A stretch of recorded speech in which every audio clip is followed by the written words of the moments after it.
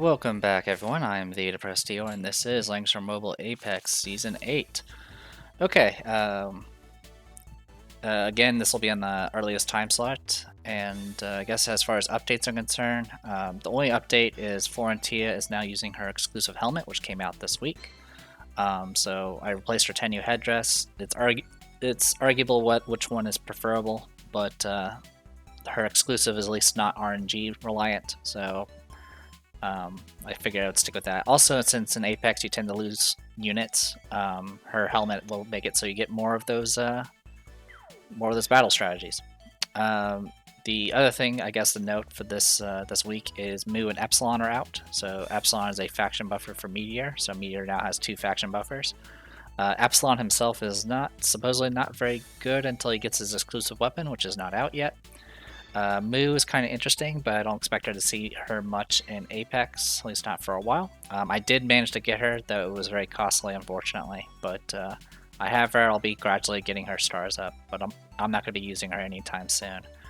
I guess the more important thing is Bozil's 3C is also out, which is ridiculous. Thankfully, my opponent here does not have Bozil, so I don't have to deal with that. Anyway, my last match got me to gold 3, and at that point I got my goal, but my new goal now is just try to keep the winning streak going. I'm on an 8-win streak, and so we'll see how that goes. As for our opponent, he's kind of similar to what my setup is in a lot of ways. He's got some long range casters, a number of assassins that could bypass guard, and then he has essentially a mix of characters that are designed to kind of get around guard, like Angelina. Got SP Ultimuller here, who can do the warping shenanigans and things like that. And yeah, just kind of that's what I kind of gathered from this. Now, I guess a few other things to note is my opponent has 1, 2, 3 heal, or actually no, he does have 4 healers. He has a Lycoris. So yeah, he's good to go there. Alright, besides that, 2 tanks, Juggler and Hilda. So I guess technically Ultimuller can also be a tank if you, for whatever reason, want to do that. Anyway, they open with banning my Kyura, which I was a little confused about because my opponent does have kind of the counter for Kyura, which is Luna. Luna can definitely reduce magic damage by quite a bit, and he does have a lot of casters. So honestly, Kyura is not that big of a threat, even though she can bypass guard. So probably not the best starting pick. I went with Ares, because it's Ares. Went ahead and went straight to Hilda. Immediately they're going for my healers, so I have to pick a healer next. They hit their Hilda.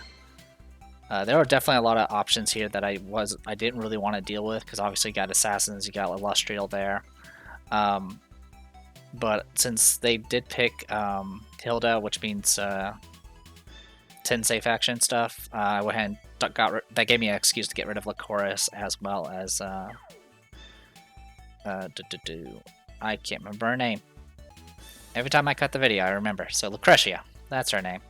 Anyway, so I went ahead and got rid of both of them. Obviously, the thing I definitely want to get rid of is Tensei Jessica, because more likely my opponent's going to pick that next. I went ahead with Lycoris as my healer. They went ahead and went after some of my long range characters. Of course, unsurprisingly, they take Tensei Jessica.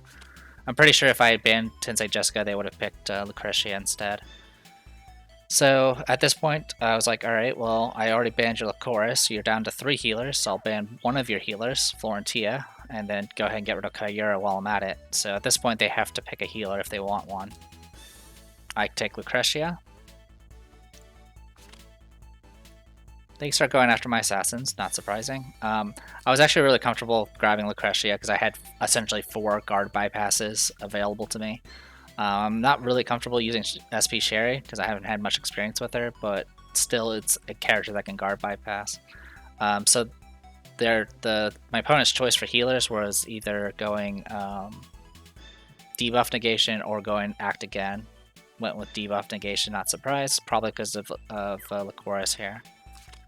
I wasn't planning on making her offense, so it wasn't a big deal for me. Went after the remaining guard bypasses they had. Grab Tsubame. I had a choice between Tsubame or SP Sherry, but since I had a faction buff for Tensei, I'm kind of comfortable with using Tsubame. Also, my opponent doesn't have much AoE unless Tensei Jessica brings AoE, so Tsubame kind of gives me a lot of flexibility with the stealth a little bit. Fortunately, as usual, my final picks usually end up being either another tank or another healer, which is actually kind of good in this setup because I can grab a healer and then just make Lycoris be more offense oriented. We've got Juggler here. Feels like it's been a while since I've seen a Juggler. I used to hate him. Now he's not. Now he's just kind of a nuisance. Got rid of Luna. I'm kind of surprised my opponent didn't pick Luna sooner. I have decent amount of casting damage here. Got rid of SP Altamuller because I'm really his teleporting stuff that messes with formations is actually really dangerous. And Angelina, I have the counter for Angelina, which is literally just go Hilda because Hilda can make it so no one can be pushed around. So pretty simple there. I'm gonna go ahead and grab Sophia for the reasons I mentioned before. And they grab their other healer. So they do have an act again as player 2, which is a bit annoying. But it's not the end of the world. Alright, so get my Golem Sorceress already. So, standard Lucretia, single target with free strike. Sophia, standard heals. The chorus, I did go ahead and grab mass heal just in case. Really, my opponent, the way my opponent will get me essentially is going light in Genesis and combining it with Act Against to just punch a hole through my tank. So having an extra healer on hand is kind of helpful. I don't need to. I did bring her transformation though, and then I also brought her 3C. I don't have clock on Lycoris, so if I do use it, I'm gonna have to go through the cooldowns the normal way, which I have plenty of ways of dealing with cooldown. She has her exclusive helmet, which can make it so when I don't do damage, I get extra cooldown reduction. Lucretia's doll can also reduce cooldown, and I have Sophia who has rewind. So I actually have a lot of control as far as my cooldowns are concerned. Tsubame, I did go with that quick step so I could have that extra movement. Her only goal in life right now is to kill Light of Genesis. There's nothing else. If I get rid of Tensei Jessica, my opponent will have no way of killing me. Juggler's only threat is possibly teleporting next to something and essentially locking them down, like my Hilda. So that was kind of my main focus. Also, even though I have stealth, Juggler kind of is a pretty good counter against Tsubame's stealth, unfortunately. He can just teleport right next to her, damage her. Well, teleport next to her, period, will break the stealth. And then she'll be locked in place because, of course, Beast Shock will be active. So I actually can't really sneak around too much on this map. So go ahead and get the stealth up and start stacking movement buffs from the exclusive. Oh yeah, I didn't really go over my opponent's stuff. My opponent went offense-oriented Tensei Jessica, so no strengthen. Instead, went free strike, which makes sense because I have spears. Hilda went broken arrow, which is, I guess, because of Tsubame. Rosenseal full heals. Liana went Act Again, Gospel, and Prayer, so more supporty. The Gospel is probably for Juggler, because Juggler doesn't have any buffs otherwise. And Liana doesn't need buffs, so that's fine. And then Juggler here is pretty standard, Beast Shock with 3C and Triton. Alright, off we go. So yeah, I went ahead and moved my doll away, because the only problem with having the puppet is it ends up taking another space that can be for someone that needs to guard. But it's not a huge deal. Really, the only characters that have any way of closing distance and targeting my puppet is Tensei Jessica. So for right now, I'm just putting up some heal stuff just in case I get rushed.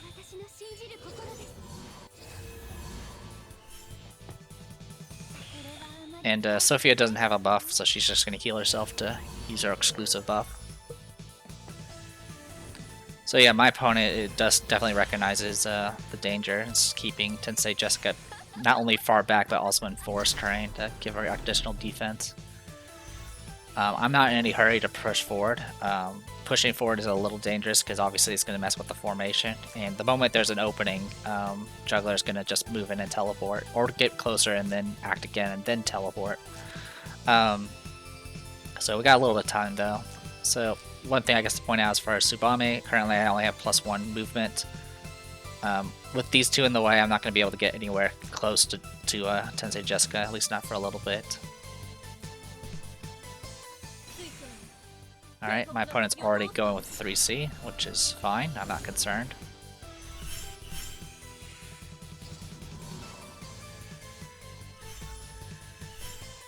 Alright, so I went ahead and transformed at this point. And I'm going to go ahead and get my 3C going. This is mainly just to get the cooldowns started. And to cover the area with just terrain. It's not going to do much. Obviously, it's going to do a little bit of damage, nothing too special. And obviously, the debuffs are not going to really get far enough because Crystal Barrier is active. But it's still going to do damage, and it's still going to put pressure on my opponent. Like I mentioned, it's not going to be able to do any debuffs, but it's going to get rid of it will gradually get rid of Crystal Barrier stacks, and Langrisser's 3C can do 1, 2... Yeah, it does 4 debuffs. So it's possible to punch through it enough to actually do a debuff if necessary. Alright, so I've got my second buff of the exclusive, so now she's up to 5 movement. I can get to Rosen CL, and it might be good enough to actually get a kill, but she'll self-res because her 3C is active, so can't really do much with that. And yeah, I'm just kind of taking my time. I guess a key thing to note, obviously while we're passing turns, we're going through our buffs are going to wear off. But since I have access to Rewind and my Poppet's cooldown reduction, I can better maintain my buffs than my opponent can. So at this point I'm testing my opponent's defense. I'm going to do Dark Reaper. Pretty good damage, not a one-shot though. So my I have a Vidar's Rose equipped on my Langrisser, which means there's a chance I can dispel a buff. And this is something I didn't even notice. Like, I didn't even notice I did this to my opponent, but my opponent's guard is down. Yeah, I dispelled the extended range of the guard, so right now she's actually not guarding anything. So I actually could have capitalized a lot sooner if I had noticed. At the same time, it is RNG. Like, it was, out of all the buffs, I got rid of the guard buff. So the fact that I didn't take advantage of that just means I can better be prepared in the future when I obviously will not get that sort of RNG. Like I said, I usually play in a way where I assume that the worst is going to happen. Also, I usually never remember I have Vidar's Rose on Langrisser. Usually you do Vidar's Rose on characters that do AoEs, that way you can better dispel everything. But there wasn't really any good single target accessories that I wanted on Langrisser. Anyway, so for right now, nothing to... Oh, I did get a Tenyo buff. Yeah, I got the Tenyo mobility buff, so now my mobility goes all the way out to here. So I'm just one space short of actually attacking Light of Genesis at this point. And thankfully, the Tenyo Breeze buff does last for 2 turns, so I have time to kind of wait, essentially. So I did the heal there because I can reapply the cooldown easily enough. The other reason is so I can continue the stack terrain here, just in case, because it's going to wear off eventually. Now the other thing to note there is my opponent did do a teleport, so the good news is that means her teleport's on cooldown, so I don't need to worry about it. My opponent did not notice that the guard buff was down either, so that's why this was positioned this way. So act again and takes a step forward, and that's all I need. So at that point I was like, alright, I got my opportunity. Now there's 2 places I can go. I can either go here, I can either go here, in which case I would only get 1 stack of Silent Wing buff, or I can go here and get 3 stacks of Silent Wing, but it does put me in range of Hilda's Bloody Revenge. In hindsight, I should have went for this, because I'm pretty sure I still would have gotten the kill on Light of Genesis. She does have 20k HP though, that's quite a bit. But yeah, I went down here. And gets Reflect and Bloody Revenge. Okay. I was wondering, because I noticed I had taken damage, and I was a little confused by that, and because I have Instant Flash, so I have First Strike. But it looks like the reason why I took so much damage was because of the, I can't remember what the ring is called, but it's essentially, it has a chance of reflecting range damage. The other reason why I should have moved, I should have attacked from above, is I could have moved far enough away to get my stealth up. It wouldn't have made a difference either way because my opponent would have just still teleported and killed me. So either way, I was kind of screwed. But really all I needed was to get rid of Tensei Jessica. Now it's all about just taking the center.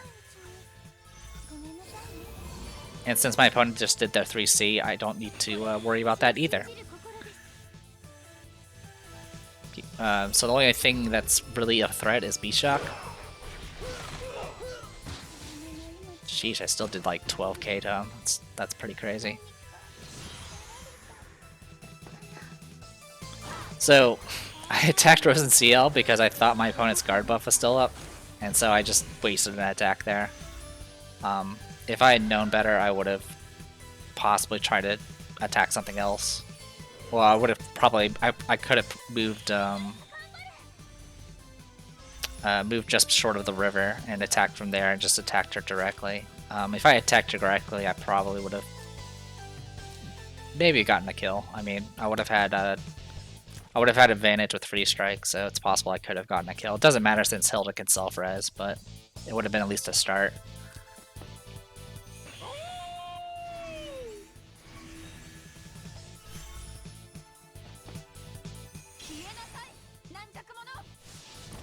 So yeah, since I did use the Poppet's cooldown reduction, I'm able to reapply my buff while still maintaining my guard buff. Usually when you go faction buff and then Hilda's 3C, both the faction buff and the 3C will reach one turn left at the same time, in which case you have to pick one or the other to refresh. Which I guess, well, in her case, she wouldn't have a choice. She could only refresh her faction buff at that point, and then her guard range would drop. But since I did use the Poppet ability, I'm able to safely reapply faction buff and still have my guard up, which is really, really helpful. You cannot overstate how useful Lucretia's Poppet's abilities are. I mean, some people will use it to refresh like attack skills, but using it on a tank means you get a lot more flexibility on what you can do during your turns. Anyway, at this point we're trying to take the center, which is these 6 center tiles here, which conveniently is completely covered in Lycoris terrain. So yeah, Impure Shockwave. This does extra damage to Holy. So it does extra damage to the Shrine Maidens. Yep. So one thing I want to check real quick. Okay, she's a Mage though, so it wouldn't have done extra. Oop. So yeah, got rid of one of their healers.